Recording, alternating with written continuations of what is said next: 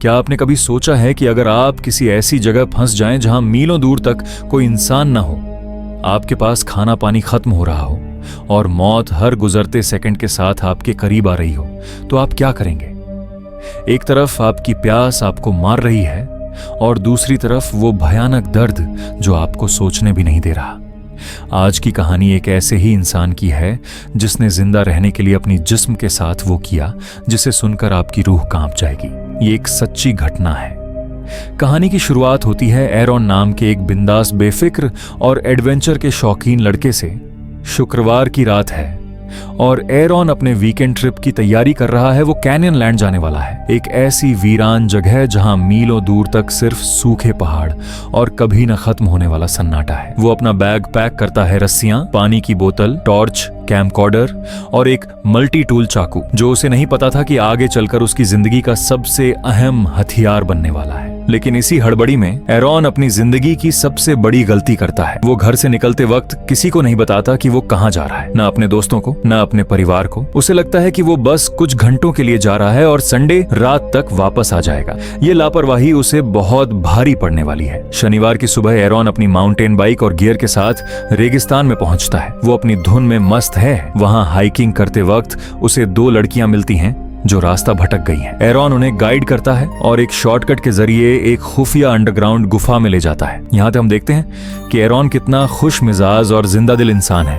वो तीनों पानी में कूदते हैं, मस्ती करते हैं और वीडियो बनाते हैं। सब कुछ बहुत परफेक्ट लग रहा है। उन लड़कियों को अलविदा कहकर एरॉन उनसे अलग हो जाता है। उसे जरा सा भी अंदाजा नहीं था कि ये आखिरी बार है जब वो किसी दूसरे इंसान को देख रहा है।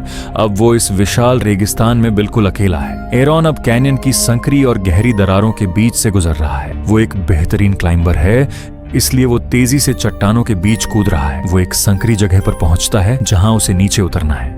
वो एक बड़े से पत्थर पर अपना वजन डालता है ताकि सहारा ले सके, लेकिन तभी किस्मत उसे धोखा दे जाती है। जैसे ही वो अपना वजन डालता है, वो भारी भरकम पत्थर अपनी जगह से हिल जाता है। एरॉन का संतुलन बिगड़ता है और वो सीधे नीचे दरार में गिरता है और इससे पहले कि वो अपना हाथ हटा पाता, वो बड़ा पत्थर सीधा उसके दाहिने हाथ पर आ गिरता है। एक जोरदार आवाज और फिर भयानक सन्नाटा। एरॉन का हाथ चट्टान की दीवार और उस पत्थर के बीच पूरी तरह कुचलकर फंस चुका है। शुरुआत के कुछ सेकंड एरॉन समझ ही नहीं पाता कि क्या हुआ और फिर दर्द का सैलाब आता है। वो चीखता है लेकिन वहां उसकी आवाज सुनने वाला कोई नहीं है। उसका सर्वाइवल इंस्टिंक्ट जागता है। वो पूरी ताकत लगाकर उस पत्थर को धक्का देने की कोशिश करता है। वो चिल्लाता है, अपना हाथ खींचने की कोशिश करता है, लेकिन वो पत्थर अपनी जगह से 1 इंच भी नहीं हिलता। कुछ देर की जद्दोजहद के बाद एरॉन हांफते हुए रुक जाता है। सन्नाटा उसे घेर लेता है। वो अपनी पानी की बोतल देखता है, फिर अपनी घड़ी और तब उसे वो डरावना सच याद आता है। मैंने किसी को नहीं बताया कि मैं कहां हूं। कोई उसे ढूंढने नहीं आने वाला। वो जमीन से कई फीट नीचे एक तंग दरार में एक भारी पत्थर के साथ कैद हो चुका है और यहां से शुरू होते हैं उसके वो 127 घंटे, जो एक इंसान की हिम्मत और पागलपन की हद तय करेंगे। एरन ने कांपते हाथों से अपना बैग खोला और हाइकिंग का सारा सामान बाहर निकाल दिया, क्योंकि वो अच्छी तरह जानता था कि अगर वो खुद यहां से नहीं निकला तो ये वीरान घाटी ही उसकी कब्र बन जाएगी। यहां शायद महीनों तक कोई इंसान भटकने वाला नहीं था। उसने अपने बैग से निकाले सामान से एक चाकू उठाया और उस भारी चट्टान को तोड़ने की कोशिश करने लगा, लेकिन वो चट्टान इतनी ठोस थी मानो उस पर किसी हथियार का असर ही ना हो रहा हो। दायां हाथ फंसा होने की वजह से उसे उल्टे हाथ से वार करने में बहुत दिक्कत हो रही थी। फिर भी एरन की हिम्मत नहीं टूटी। वो लगा रहा, तभी एक गलती हुई। चाकू उसके हाथ से फिसलकर दूर जा गिरा। एक पल के लिए लगा कि उम्मीद भी उस चाकू के साथ गिर गई है, लेकिन उसने दिमाग लगाया और किसी तरह उसे वापस अपनी तरफ खींच लिया। अब उसके चाकू की धार पूरी तरह खत्म हो चुकी थी, पर उसके पास और कोई रास्ता नहीं था। वो फिर से पागलों की तरह चट्टान को काटने में जुट गया। देखते ही देखते दिन ढल गया और उस घाटी में मौत जैसा गहरा अंधेरा छा गया। एरन को फंसे हुए कई घंटे बीत चुके थे और अब डर उसके दिमाग पर हावी हो रहा था कि वो यहाँ से कैसे निकलेगा। पानी की बूंदें अब गिनती की बची थी, इसलिए वो बस गले को गीला करने लायक पानी पी रहा था। और जब घंटों खड़े रहने की वजह से उसका शरीर जवाब देने लगा, तो उसने अपनी क्लाइंबिंग रोप के सहारे खुद को एक चट्टान से लटका लिया ताकि थोड़ा आराम मिल सके। लेकिन मौत के साए में नींद कहाँ आती है। बेचैनी में वो तड़पता रहा और फिर से हाथ निकालने की नाकाम कोशिश में लग गया। इसी जद्दोजहद में अगली सुबह हो गई। अब उसे वहां फंसे पूरे 24 घंटे हो चुके थे, लेकिन उसे बचाने वाला कोई नहीं था और निकलने का हर रास्ता बंद हो चुका था। उसे कुछ समझ नहीं आ रहा था कि आगे क्या करे। इसलिए एक आखिरी उम्मीद के साथ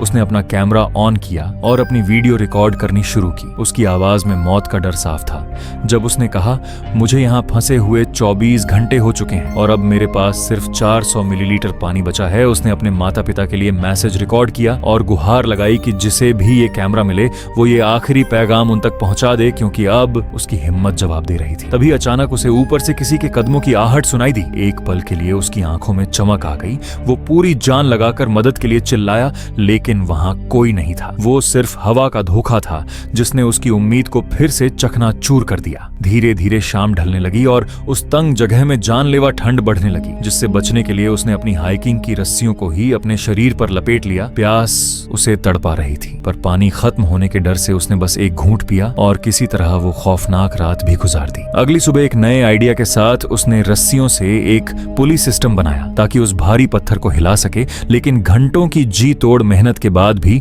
वो पत्थर इंच भर नहीं हिला और अब उसकी आस पूरी तरह टूट रही थी। गला सूख कर कांटा हो चुका था। उसने खुद को रोकने की बहुत कोशिश की, लेकिन प्यास की तड़प बर्दाश्त नहीं हुई और उसने पानी पी लिया। फिर कैमरा ऑन करके उसने कांपते हुए बताया कि अब सिर्फ 100 मिलीलीटर पानी बचा है और जिंदा रहने के लिए वो अब अपना यूरिन इकट्ठा कर रहा है, क्योंकि अब मौत का इंतजार करने के सिवा कोई रास्ता नहीं बचा था। उस गहरी दरार में दिन भर में सिर्फ 15 मिनट के लिए धूप आती थी, जो उसे थोड़ी राहत देती। लेकिन जब कोई चारा नहीं बचा तो उसने एक बेहद खौफनाक फैसला लिया, अपना हाथ काटने का। पर यहाँ भी उसे सिर्फ निराशा मिली, क्योंकि उसके चाकू की धार पूरी तरह मर चुकी थी। उसे गहरा अफसोस हुआ कि वो अपना अच्छा स्विस नाइफ घर भूल आया, जो शायद आज उसकी जान बचा सकता था। थकान और मायूसी से उसकी आंख लग गई, लेकिन जब नींद खुली और उसने प्यास बुझाने की कोशिश की तो बदनसीबी देखिए, बोतल लुढ़क गई और उसका कीमती पानी जमीन पर गिर गया। वो बुरी तरह परेशान हो गया। अब उसे अपने दोस्त और परिवार की यादें सताने लगीं और तभी हमें दिखाया जाता है कि एक चमत्कार हुआ। वहां बारिश शुरू हो गई। एरन ने जल्दी जल्दी अपनी बोतल भरी और गिरती बूंदों से अपना सूखा गला तर करने लगा। देखते ही देखते बारिश तूफानी हो गई और कैनियन में पानी भरने लगा। जब वो डूबने लगा तो उसने महसूस किया कि पानी के कारण पत्थर का वजन कम हो गया है। उसने एक आखिरी जोर लगाया और पत्थर खिसक गया। वो वहां से आजाद होकर सीधा अपनी गर्लफ्रेंड के घर पहुंचा और मदद की गुहार लगाई। लेकिन तभी एक झटके से उसकी आंख खुली और वो हकीकत की उसी भयानक दुनिया में वापस आ गिरा। वो सब बस एक सपना था। वो फूट फूट कर रो पड़ा और उस मायूसी में किसी तरह वो दर्दनाक रात गुजारी। अगली सुबह जब उसने कैमरा ऑन किया तो उसकी आवाज में गहरा अफसोस था कि उसने किसी को नहीं बताया कि वो कहां जा रहा है। उसे वो पल कचोट रहे थे जब उसने घर से निकलते वक्त अपनी मां के कॉल्स का जवाब नहीं दिया था। कैमरा बंद करके उसने बोतल उठाई, लेकिन उसमें बची आखिरी बूंदों से उसका हलक भी गीला नहीं हुआ। बेचैनी अब पागलपन बन रही थी। उसने झल्लाहट में चाकू उठाया और जोर से अपने ही हाथ में घोंप दिया। दर्द भयानक था, लेकिन प्यास उससे भी बड़ी थी। उसने बहते हुए खून को पीकर प्यास बुझाने की कोशिश की, पर खून इतना कम था कि प्यास नहीं बुझी। हार कर उसने वो यूरिन पीने की कोशिश की जो उसने बचा रखा था, लेकिन वो हिम्मत भी जवाब दे गई। उसकी हालत अब इतनी खराब थी कि उसे भ्रम होने लगे। उसे उस वीराने में अपने माँ बाप और दोस्त साफ दिखाई देने लगे। उसे समझ आ गया कि ये उसका आखिरी वक्त है। उसने कांपते हुए रिकॉर्डिंग में कहा, मैंने पूरी कोशिश की पर कोई फायदा नहीं हुआ। अब उसके दिमाग में सिर्फ बुरे ख्याल आ रहे थे और जीने की उम्मीद पूरी तरह टूट चुकी थी। इसलिए उसने दीवार पर अपनी मौत की तारीख लिख दी। भूख और प्यास के कारण वो बेहोशी की अंधेरी खाई में गिरने लगा, जहां उसका शरीर और दिमाग अब धीरे धीरे काम करना बंद कर रहे थे।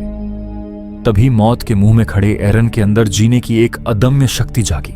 उसने एक झटके में अपनी पूरी ताकत लगाकर अपने फंसे हुए हाथ की हड्डी तोड़ दी और फिर उसी चाकू की नोक से अपनी मांस और नसों को काटना शुरू किया। दर्द की इंतहा थी। हर पल जान निकल रही थी, लेकिन वो रुका नहीं और आखिरकार उसने अपना हाथ काटकर शरीर से अलग कर दिया। उसे अपनी आंखों पर यकीन नहीं हुआ कि वो उस जानलेवा पत्थर की कैद से आजाद हो चुका है। उसने जल्दी से अपने कटे हुए हाथ को बांधा, अपना सामान उठाया और बाहर निकलने का रास्ता ढूंढने लगा। कई दिनों बाद खुले आसमान को देखकर उसकी रूह खिल उठी। तभी उसे पहाड़ी के नीचे थोड़ा गंदा पानी जमा हुआ दिखा। वो एक हाथ के सहारे रस्सी से नीचे उतरा। कमजोरी इतनी थी कि वो सीधा पानी में मुंह के बल गिर पड़ा, पर उसे परवाह नहीं थी। उसने जी भर के वो पानी पिया। अब असली चुनौती थी घर पहुंचना। दर्द और कमजोरी से पैर लड़खड़ा रहे थे, लेकिन वो जानता था कि रुकने का मतलब मौत है। तभी धुंधली आंखों से उसे दूर कुछ लोग दिखाई दिए। उसने पूरी जान लगाकर आवाज दी और मदद मांगी।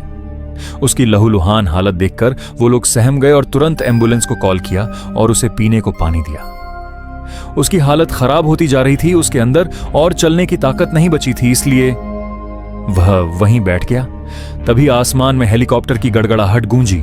मेडिकल टीम ने उसे एयरलिफ्ट किया और अस्पताल पहुंचाया। और अंत में हम देखते हैं कि एरन न सिर्फ ठीक हुआ, बल्कि एक हाथ खोने के बाद भी उसने अपने सपनों को नहीं छोड़ा। वो आज भी वही एडवेंचर करता है, ये साबित करते हुए कि इंसान का शरीर टूट सकता है, पर हौसला कभी नहीं।